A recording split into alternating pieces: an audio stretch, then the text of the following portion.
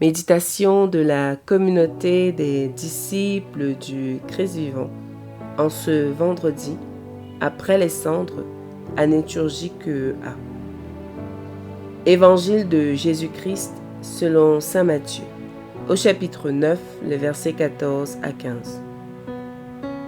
En ce temps-là, les disciples de Jean le Baptiste s'approchèrent de Jésus en disant : « Pourquoi, alors que nous et les pharisiens nous jeûnons, tes disciples ne jeûnent-ils pas ? » Jésus leur répondit : « Les invités de la noce pourraient-ils donc être en deuil pendant le temps où l'époux est avec eux ? Mais des jours viendront où l'époux leur sera enlevé. Alors ils jeûneront. » Acclamons la parole de Dieu. Méditation. Frères et sœurs bien-aimés dans le Christ, en ce premier vendredi du carême, la parole de Dieu vient purifier notre manière de jeûner, de prier et de chercher le Seigneur.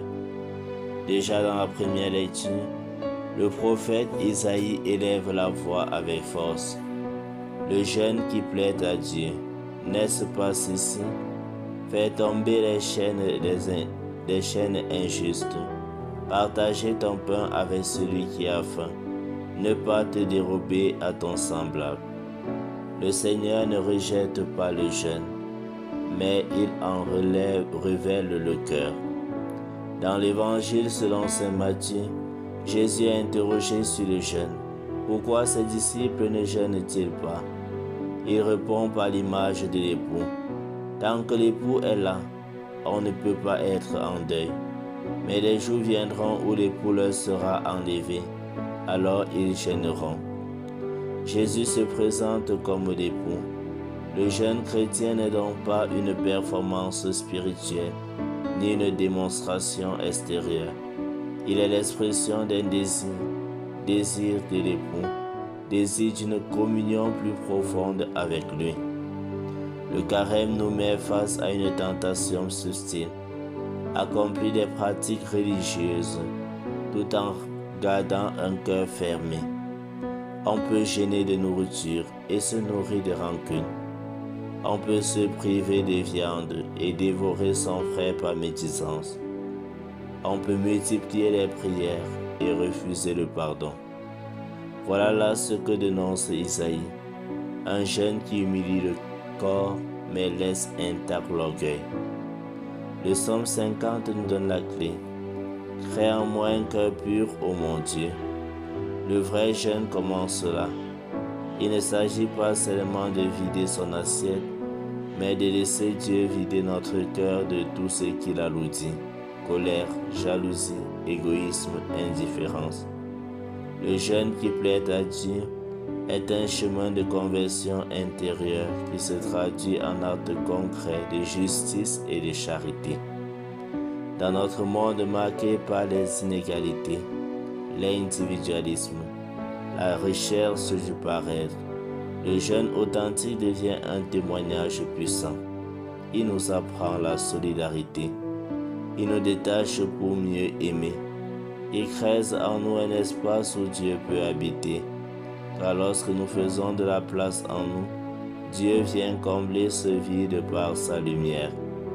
Alors ta lumière jaillira comme l'aurore. Et moi, pourquoi est-ce que je jeûne ? Est-ce par habitude, par tradition, pour me donner une bonne conscience ?